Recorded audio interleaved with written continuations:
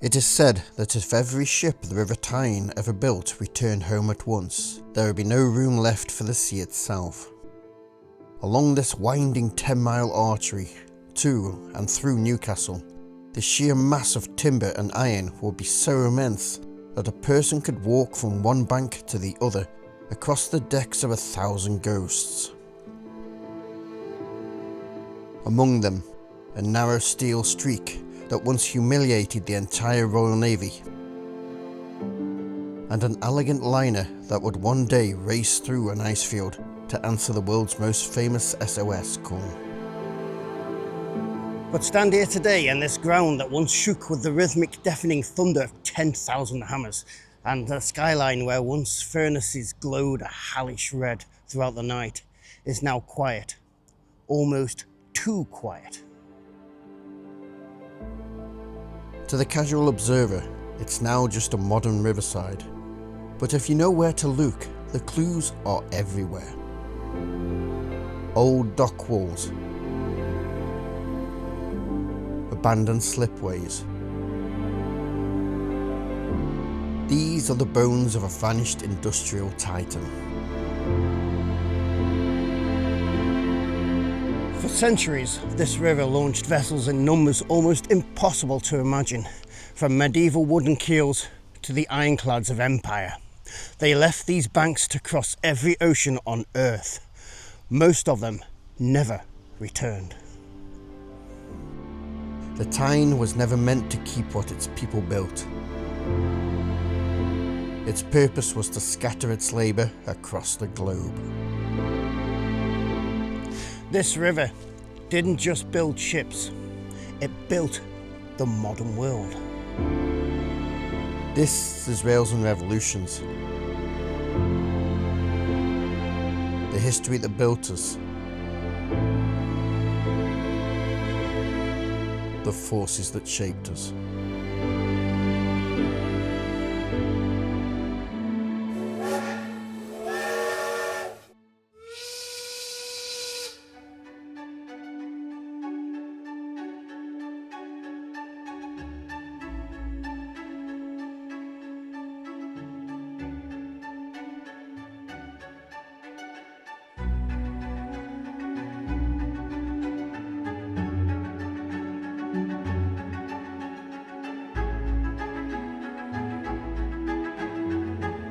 Standing beneath the priory today, it's difficult to imagine that this quiet coastline once stood at the frontier of a growing maritime industry.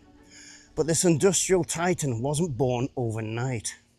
Long before the steel and the steam, the foundations were being laid by hand in the mud and silt of the riverbank. Beneath the watch of Tynemouth Priory and Castle, medieval shipwrights were perfecting the clinker-built method. Overlapping oak planks from the deep Northumberland forest, secured with thousands of hand-forged iron rivets. This wasn't just carpentry, it was a strategic industry.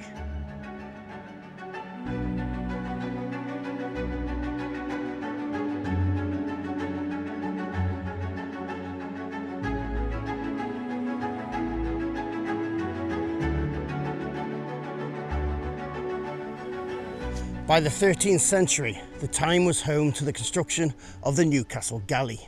This vessel was part of a formidable fleet of 120 oared warships, commissioned by the Crown to defend the northern coast. These vessels were long, lean, and incredibly flexible, designed to navigate the treacherous shifting sandbars of the river, while being sturdy enough to face the brutal swell of the North Sea. Alongside these giants were the keels, the heavy-duty workhorses of the medieval Tyne. These were broad, shallow-drafted boats designed specifically to move the river's burgeoning sea coal and wool from the inland quays out to the deep-water ships waiting at the river mouth. They were the ancestors of the industrial barge, built with a distinctive double-edged design that allowed them to be steered with equal precision in both directions within the narrow, crowded river reaches.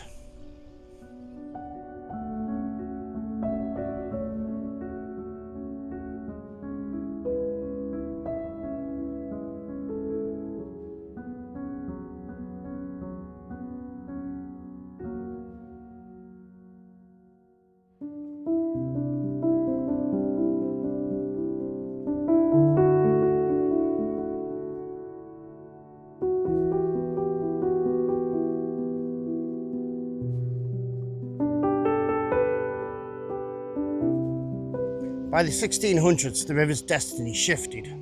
London was hungry for fuel, and sea coal from the Tyne became its lifeline. To move that coal, a specialised vessel evolved, built at shipyards such as would have existed here at Willington at Wallsend, the Tyne Collier. These ships were built for one purpose: broad beam for capacity and strong enough to survive the often violent North Sea passage to the Thames. Early colliers were wooden sailing vessels, typically between 200 and 500 tons. They sailed in convoys to reduce the threat of piracy and privateers. In North Shields and South Shields, slipways began to line the waterfront like ribs. At North Shields, modern structures stand where those stays were once in place. From South Shields to Walker, from Hebburn to Bill Quay, shipyards formed one of the most concentrated industrial landscapes in Britain. Silent now, and separated from the industry that once surrounded them.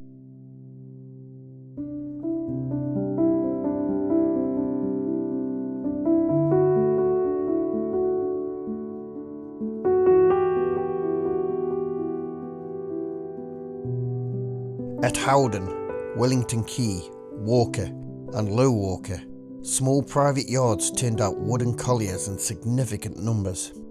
Many of these early builders were family enterprises, combining shipbuilding with repair and fitting work. And those yards existed in astonishing numbers. Shipyards lined huge stretches of the river. Some survived for generations. Others appeared briefly before vanishing again into the industrial expansion of the Tyne. Together, they formed one of the most concentrated shipbuilding landscapes in Britain.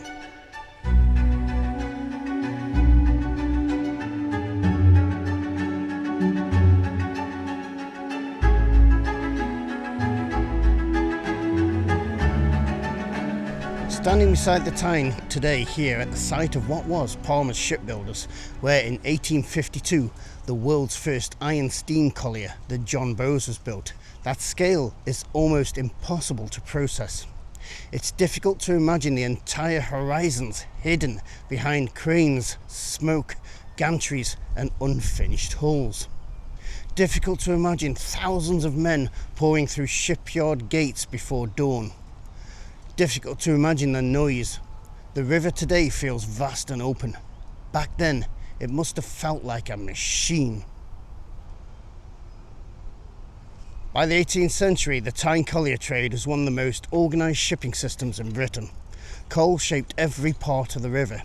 Stays extended into the Tyne for loading vessels, timber jetties lined the banks, and riverside infrastructure expanded alongside the growing collier trade. Keelmen transferred coal from shallow river keels to waiting seagoing colliers downstream. The entire river operated as a coordinated industrial machine.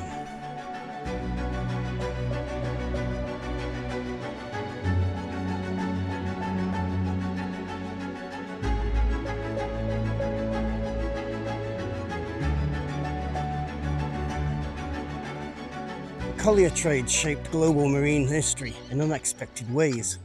The design of early Tyne colliers influenced the ships used by Captain James Cook, who began his seafaring career in the coal trade out of Whitby and the Tyne region. Their sturdy hull forms proved ideal for long voyages.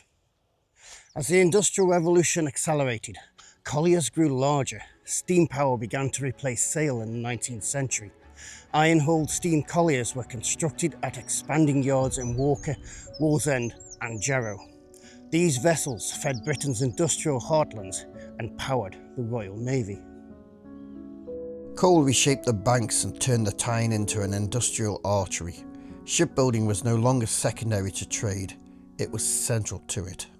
And even now, as you travel further up the Tyne, pieces of that industrial will still emerge unexpectedly from the riverbank.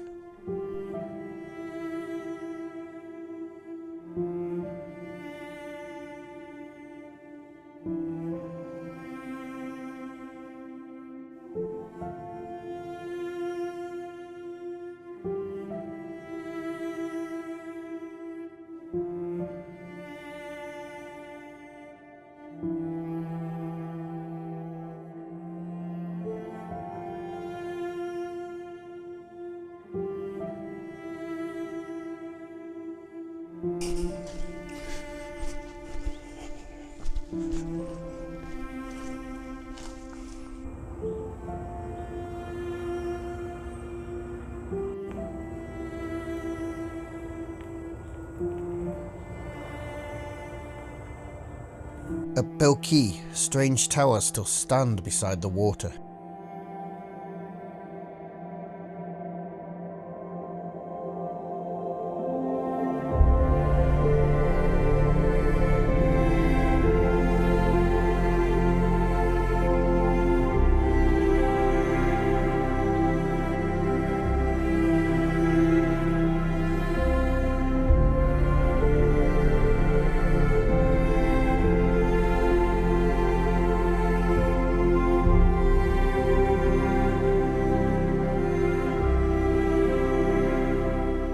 And if you know exactly what some of these structures were used for, let me know in the comments, because along the Tyne there are still fragments of this vanished landscape that remain surprisingly difficult to identify. The 19th century brought iron, then steel, and with them a new scale of ambition. The Tyne was never a single shipyard. It was an entire industrial landscape stretching mile after mile along the riverbanks, where thousands of ships were built by generations of workers whose names are now largely forgotten. Wooden colliers gave way to iron-hull steamships, yards modernised with slipways, hydraulic cranes and plate-bending machinery. At Elsick, Armstrong Whitworth became a powerhouse of engineering innovation. Originally known for armaments and hydraulic machinery, the firm expanded into naval shipbuilding in the 1880s. Warships and other vessels, too large to be constructed so far up the Tyne, were constructed initially in the now redeveloped Low Walker Yards, and later as ship sizes grew further, at newly developed shipyards at High Walker, opened in 1913.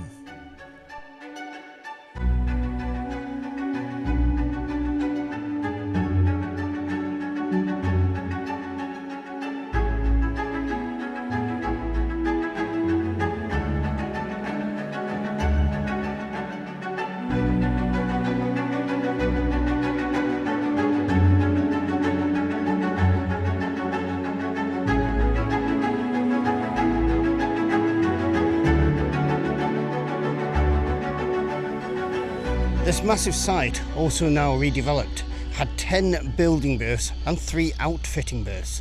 2 of the cranes from this yard, which were constructed in 1930 and at the time were capable of lifting 100 tons, survive to this day.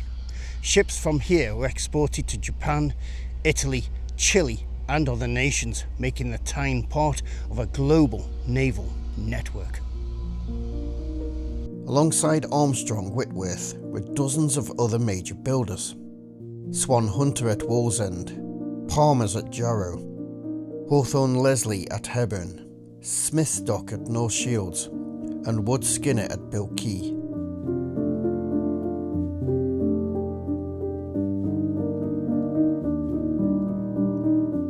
Together, these companies launched thousands of vessels from the Tyne across more than 2 centuries.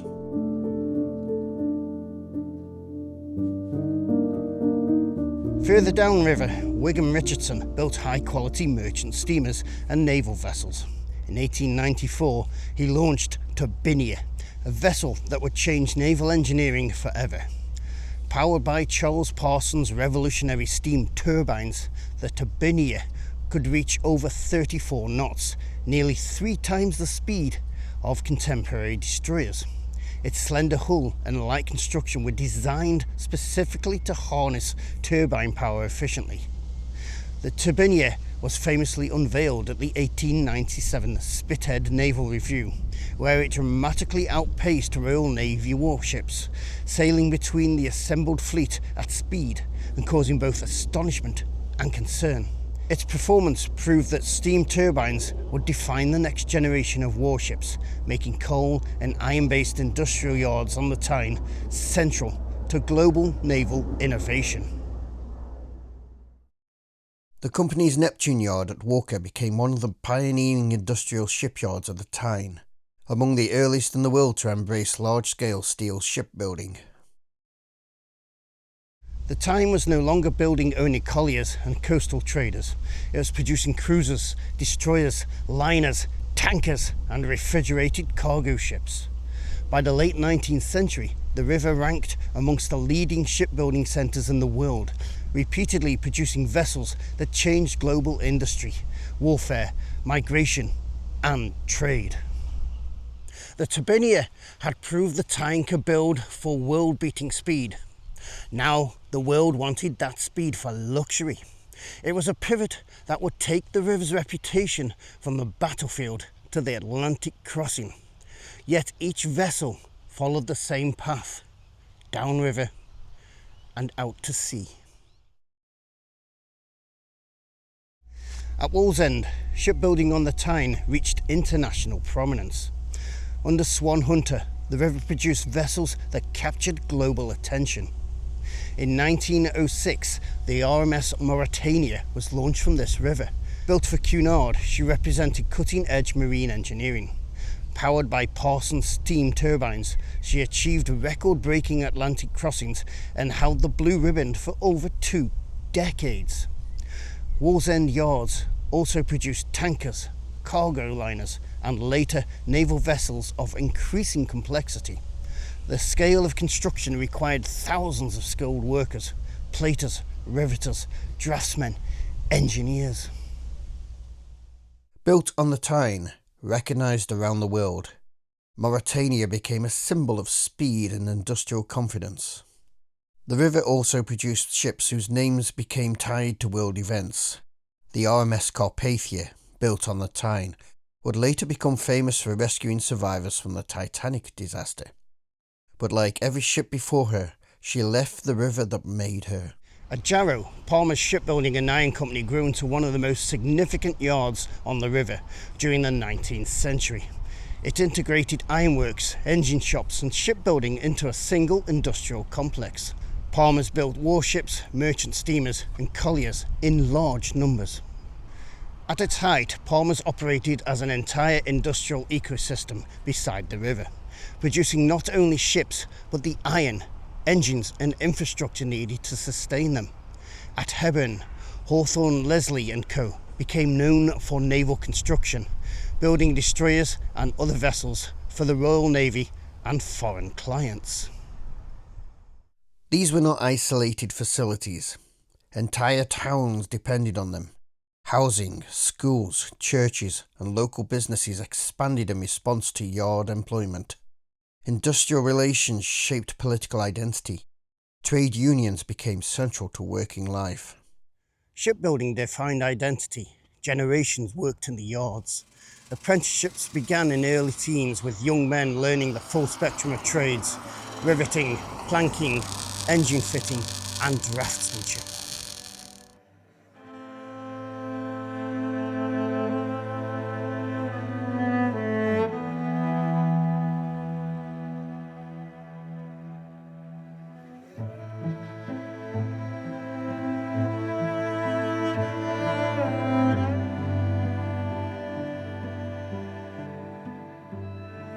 These apprentices often lived in lodging houses near the yards or in cramped terrace streets, sharing small rooms with other apprentices or family members. The work was physically demanding. Walking these riversides now in silence, it's hard to fully grasp the physical reality of that labour. The heat from furnaces, the hammering of rivets hour after hour, the danger of falling steel plates, steam, fire and machinery. Entire lives spent inside noise so constant it probably followed many workers home in their sleep. Trade unions developed to protect these workers, negotiate wages and improve safety. Organisations such as the Associated Shipwright Society became active on the Tyne by the late 19th century, lobbying for better conditions, reduced working hours and formal recognition of skilled trades. Union meetings were often held in local halls or pubs, becoming central to community life. Despite long hours and difficult working conditions, pride in craftsmanship ran deep. Workers measured themselves not just by wages earned, but by the ships they built, the engines they installed, and the innovations they contributed to. Communities were tightly knit, sharing in both hardships and celebration around the river and the yards. When contracts were strong, prosperity followed. When yards closed, hardship spread quickly. The river sustained livelihoods, and at times it exposed their fragility. During both World Wars, the Tyne operated at full capacity. Destroyers, minesweepers, cargo ships, tankers, and repair vessels were built and refitted under intense pressure. Cranes moved constantly, riveters laboured long shifts, and the smell of hot metal and coal smoke hung over the yards. Every ship that left the Tyne carried not just steel, but the lives and sweat of thousands of workers. German bombing targeted Tyneside industry during the Second World War, yet production continued. Yards were blacked out at night to avoid attacks, and air raid sirens became a regular rhythm. Despite the danger, work rarely stopped. Women entered heavy industry in significant numbers, taking on roles traditionally held by men. Known as Tyne lassies, they worked as welders, riveters, fitters and machinists, facing heat, sparks and moving machinery, yet sustaining the workforce and replacing losses from U-boat attacks. Apprentices continued their training even under more intense conditions, learning trades while the threat of air raids and industrial accidents loomed. Trade unions remained active, negotiating for safety, fair treatment and resources, even under wartime controls. Innovation accelerated as well. Shipyards adopted to new designs, building escort vessels, corvettes and landing craft at pace. Prefabrication, welding and efficient scheduling were developed out of necessity, proving that Tyne could meet the modern demands of total war. The river's output was essential. Merchant ships replaced losses from U-boat attacks, naval vessels joined convoys, and tankers and colliers carried the fuel and coal that powered Britain. Every vessel leaving the Tyne represented industrial skill, community effort, and a strategic lifeline. The Tyne was building not only for commerce, but for survival. And once completed, those ships left the river under the demands of war, carrying the labour and hope of an entire community. In 1981, HMS Ark Royal was launched from the Tyne, one of the last major warships constructed here. Her construction symbolised both continuity and decline. The skills remained. The global market had changed. From the 1960s onward, competition from East Asia and shifts in global shipping economics reduced orders. Yard mergers, closures and restructuring followed. Companies that had once launched hundreds of ships disappeared from the river, one by one. Some yards were demolished entirely. Others survived only as fragments beside the water, their histories almost invisible unless you know where to look. Yet for a time, Swan Hunter endured. The famous Wallsend yard that had once launched the Mauretania, warships, supertankers and some of the most technologically advanced vessels of the 20th century continued building into the early 21st century itself. Then the end came. In 2006, the RFA Largs Bay sailed from the Tyne. Built at Swan Hunter's Wallsend yard, she became the last complete ship constructed on the river that had once built vessels for every ocean on Earth. There was no triumphant final chapter waiting beyond her launch. Cost overruns, lost contracts and decades of industrial decline had already pushed the yard to the edge. That same year, Swan Hunter announced the effective end of shipbuilding at Wallsend. Soon afterwards, the great cranes that had dominated the skyline for generations were dismantled and sold overseas. Machinery was moved, dry docks emptied, entire sections of the yard were broken apart and shipped to India. And perhaps that was the final irony of the Tyne. Even in death, the shipyards still departed by sea. The colliers that fed London's fires are gone. The ocean liners that raced the Atlantic are gone. The warships that defended convoys are no more. The noise disappears, and eventually, memory begins disappearing too. So what does a river remember when the ships are gone?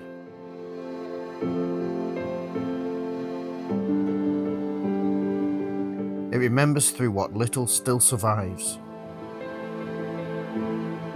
Through old dock walls at low tide, through preserved docks at North Shields, through the remains of yard fragments beside modern developments, through slipways that still descend into the water exactly as they did generations ago. Through places like Harrison's Slipway and the surviving industrial remains at Quay, where fragments of the Tyne's shipbuilding world still endure beside the river.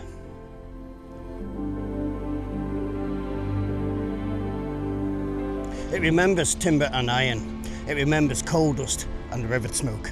It remembers the organised choreography of keelmen, platers, draftsmen and engineers.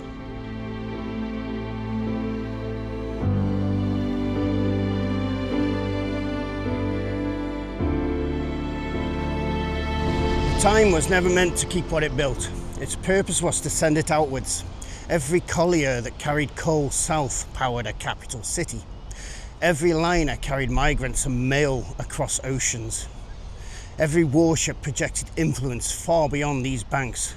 The Turbinia, the fastest ship of its day, demonstrated that the river could birth innovation that reshaped the future of naval warfare. Standing beside the Tyne now, in the relative silence after everything this river once was, it becomes clear that shipbuilding never truly vanished from here. It survives in physical fragments, in surviving cranes, and the memory carried by communities along the riverbanks. And perhaps that is the real story of the Tyne. Not simply that it built ships, but that it built lives, identities, entire generations of people whose labour travelled far beyond the horizon. The ships are gone. The river remains. And it is still flowing.